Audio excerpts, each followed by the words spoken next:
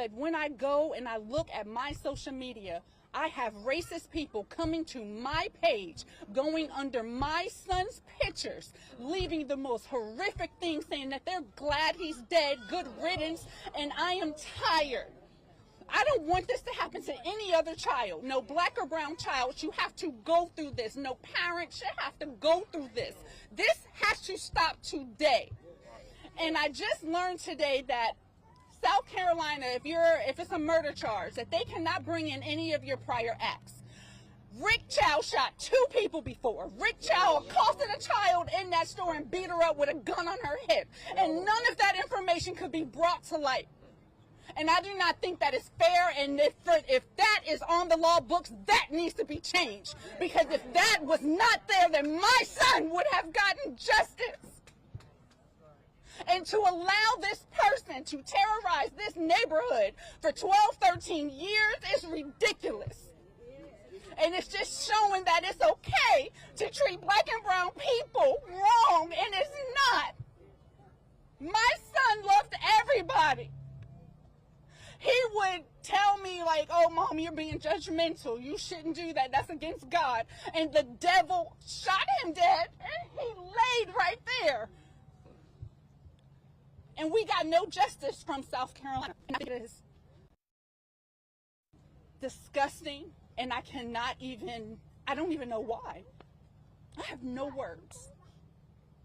But every day, I will not be able to speak to my son, hear his voice change, see him grow, go to prom. He will never get married. I would never hold my grandchildren, nothing. But Chow is able to go home with his lion son, Andy Chow, and they're able to have dinner with the wife, Alice, who all 3 of them came out that store, and they chased my baby. And I think the entire family should be held accountable because it was racially profiled. And I do not think that it is right, and they all should be punished. And I don't know what laws that we need to create to help our people, but it needs to be done, and it needs to be done now. Cyrus should not be gone. None of our children should be gone from the acts of racism, from profiling, from any of that. He should be here. And until the world treats us like we are human beings, I mean, come on.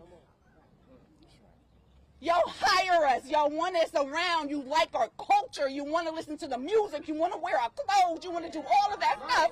But when it comes to protecting us, and when it comes to looking at our children, you look at us as if we are animals, and we are not. I am a college-educated woman. I hold a master's degree in information technology management. My son was not a thug. He was a 14-year-old boy who was trying to find his way. And for any person that acts like when they were 14, 15, 16, 17, that they did not do nothing wrong, that they did not smoke and drink and have sex and do whatever that they were not supposed to do by their parents, it is a lie. And it is judgmental, and I refuse to allow any of you to sit up there and make it seem like we were bad parents, because we were not.